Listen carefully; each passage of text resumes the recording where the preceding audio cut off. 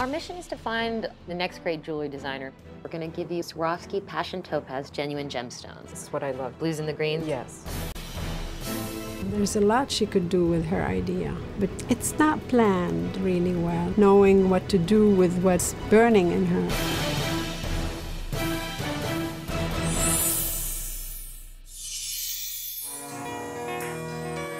Swarovski genuine gemstones, marcasite, and created stones, as infinite and inspiring as your imagination.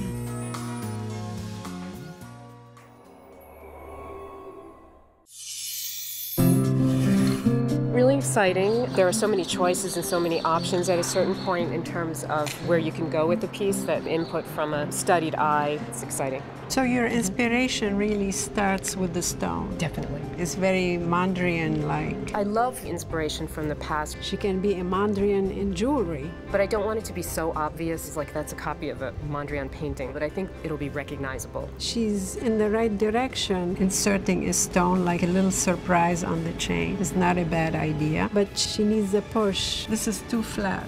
It needed more dimension, possibly add some oxidized silver to raise up some of the gold. Very interesting. She didn't change the concept for me, but she's pushing me to take it a step further. It's a beautiful concept, and you could really make something of your own. I feel recharged. Now I can take it up another level.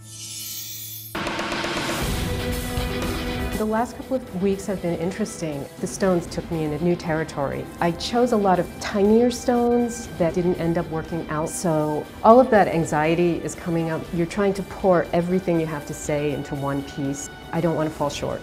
I'm sure I'll be working right up to the deadline.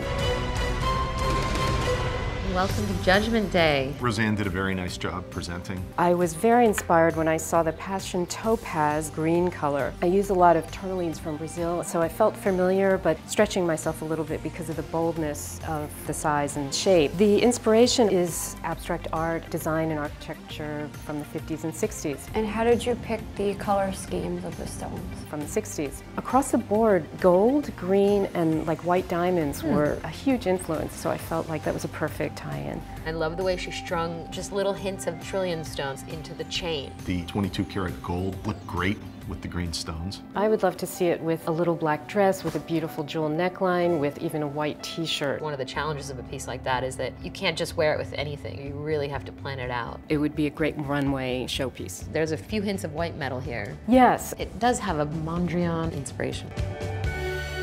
Did you change anything in your process? In a design sense, I'm known for 22 karat gold, but I did a lot of experimenting with different materials and techniques that I wasn't quite familiar with. In the end, I sort of came back to what we usually do. I don't know that she went far enough outside the box, though. The chain on the piece is similar to the earrings that you have on. So They are, take yeah. some elements from your collections that you already have. Sort of in the way a writer kind of writes about what they know. I love her work in general, so it felt very of her style. Well, thank you so much. Thank you. Beautiful piece. Thank you. It got me out of some old habits. Feels good to get motivated again. When you do have a deadline, it pushes you, makes you stronger. It was a really tough call. You know, nervous. Shakes you up. I particularly like the element of surprise.